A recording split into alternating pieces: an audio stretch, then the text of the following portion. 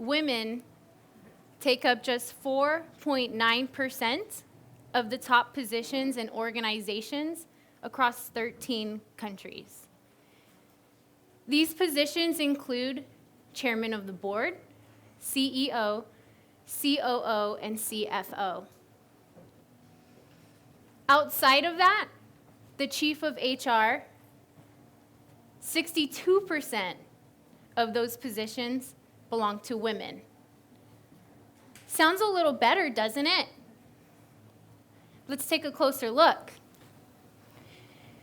71% of all HR positions are held by women. So 71 out of 100 positions in HR are held by women. However, as we move up in the career ladder, the percentage of women holding those positions goes down.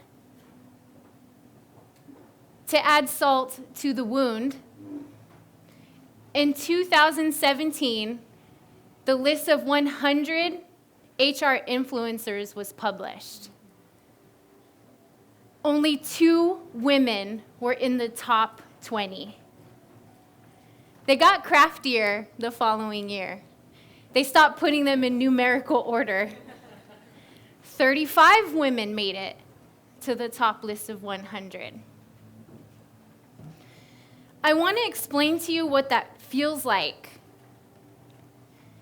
I think of a group of women deciding to build a house. They pick the location, they meticulously choose the materials, they paint the walls, they install the carpet, they wire the house for electricity. And when the very last task that needs to be done to complete the house is to screw in the light bulb that is just slightly out of their reach, they scrap the whole project and they give the keys to a man who has a ladder. That's what that feels like. Why can't women break through the ceilings of the houses that they helped build? Here's my story. By my senior year of high school, I was working full-time. I would take my 4 classes, I would go to the gym, I would take a nap, and then I would go work my 4 p.m. to midnight shift at the bowling alley. I don't know if that was legal, but I didn't question it. I had the money to afford my prom, my car, and my cap and gown. When I turned 18, I moved out of my house. I did not qualify for financial aid, and so off to corporate America I went as a bank teller. That position eventually led to a licensed personal banker, and I was really good, like really good. I chose to find out who were the top producers in that company, all males, of course, and I took them all out to lunch. I picked their brains and figured out all the strategies on how to close business.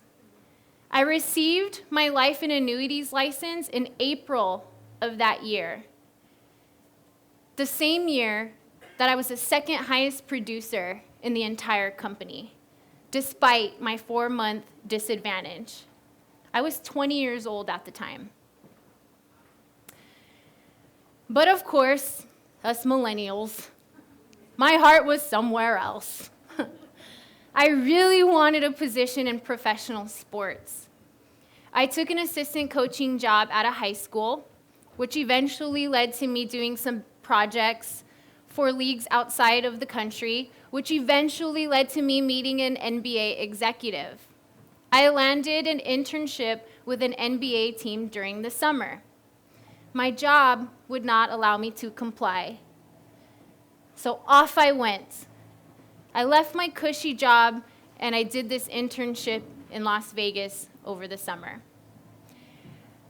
They were really happy with my performance, how I was able to analyze data and statistics for the players that they were trying to scout. However, they came to me and they said I needed a college degree in order to work for the NBA full-time. So I thought, okay, I'll go get my job back because I was awesome. And I'll go to school and I'll get my degree. Right? Wrong. This was 2009. This was during the financial crisis, and the bubble exploded all over my face. Financial institutions were hit the hardest. So I found another coaching job with a high school, and then I also learned how to officiate basketball. And so I did both of those things while going to school full-time. Once I had enough credits to start looking for a four-year university, I used my connections again and was offered a director of basketball operations position for a university out of state.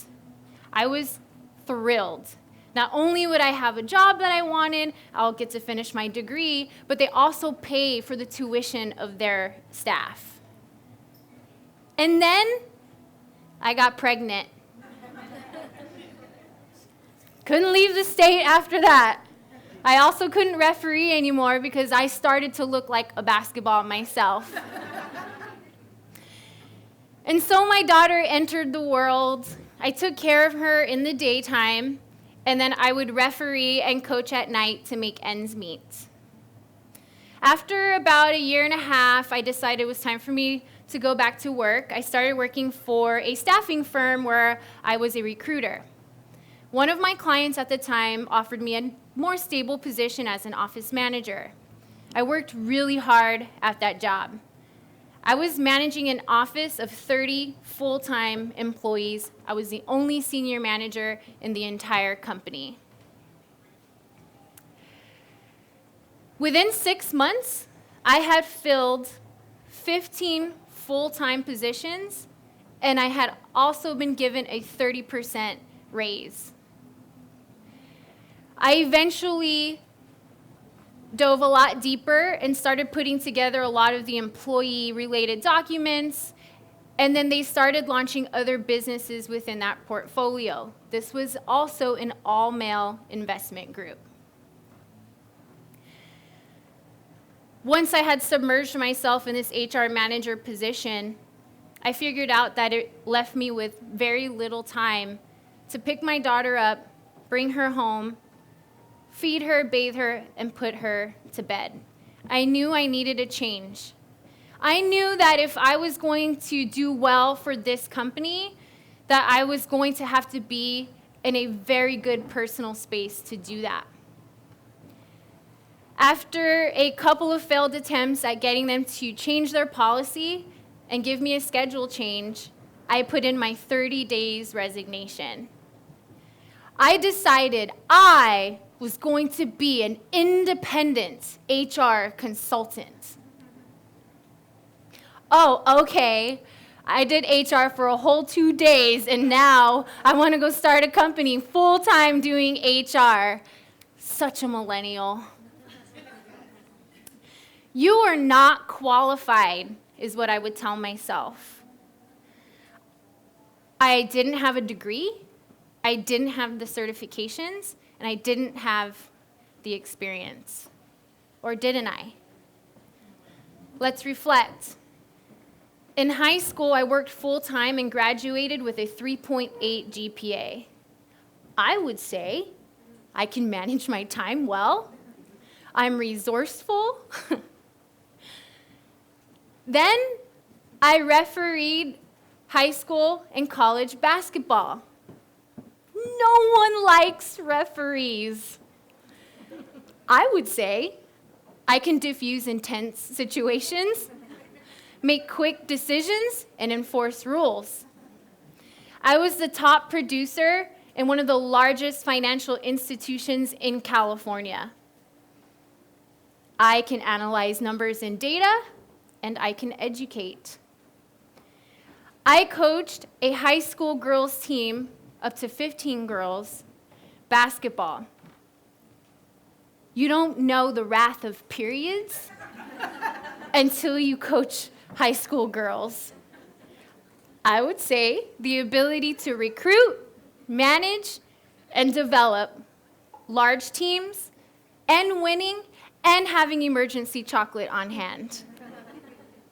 Aside from all of that, I thrived in male-dominated fields such as investment banking and basketball. I had hustle. And so, because I was egotistical at the time, I decided to pitch my new services to my current employer before I left. It worked. On my last day of work on October 28, 2016, I had a full book of business. 18 months later, one of my clients told me that they were engaging in an equity transaction, and they would need my help managing the due diligence process. A what? So, I knew it was time to level up once again, including my Wi-Fi speed. Google and YouTube were my besties. So what was meal period violations in California became, what is due diligence? And EBITDA for dummies. After 2 months, the transaction was successful.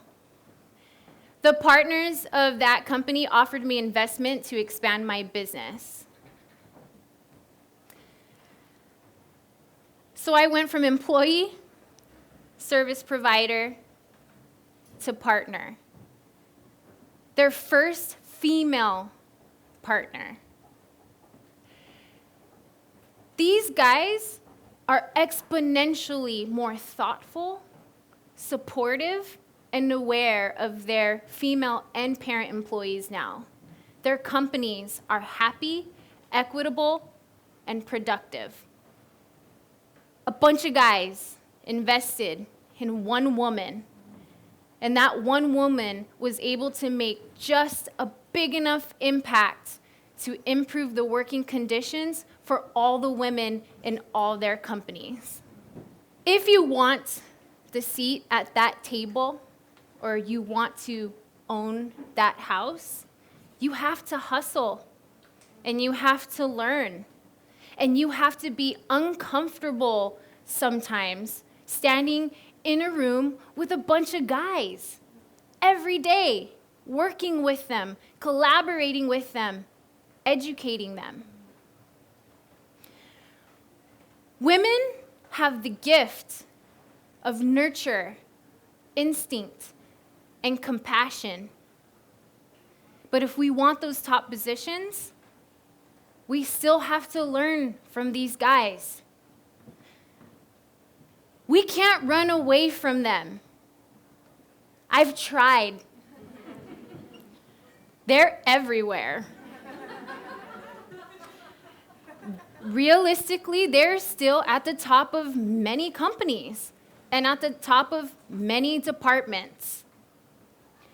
But if we can join them, educate them, and inspire them to stand up for their sisters, they will see that companies with women in leadership roles results in higher revenue, larger profits, and a healthy company culture.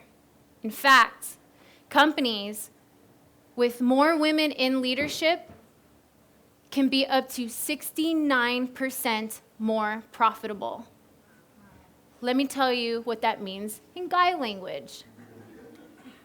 A company that generates $10 million a year will have profits of, say, $3 million.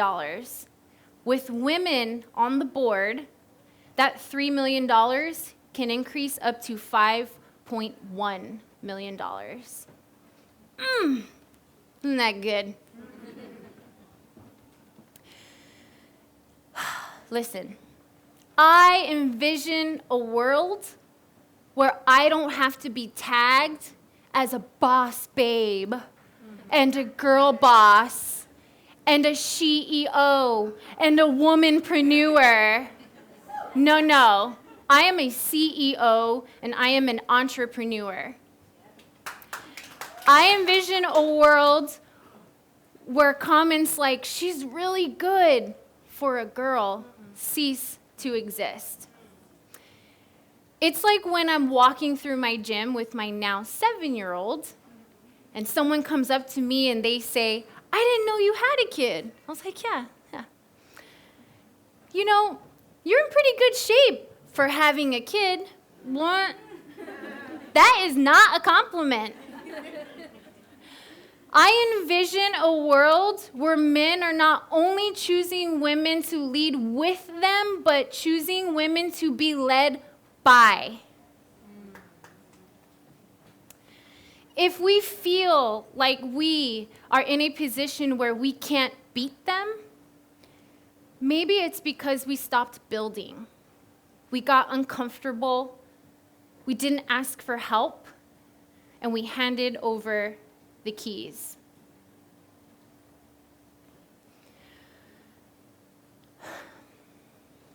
If we can get men to join us on this journey, we can get out the hammer, we can remove the nails from the ceiling, and we can show them a new way to build, a better way. And then they become us, and together, women will rise to not only break through higher ceilings, but own the houses that they helped build. Thank you.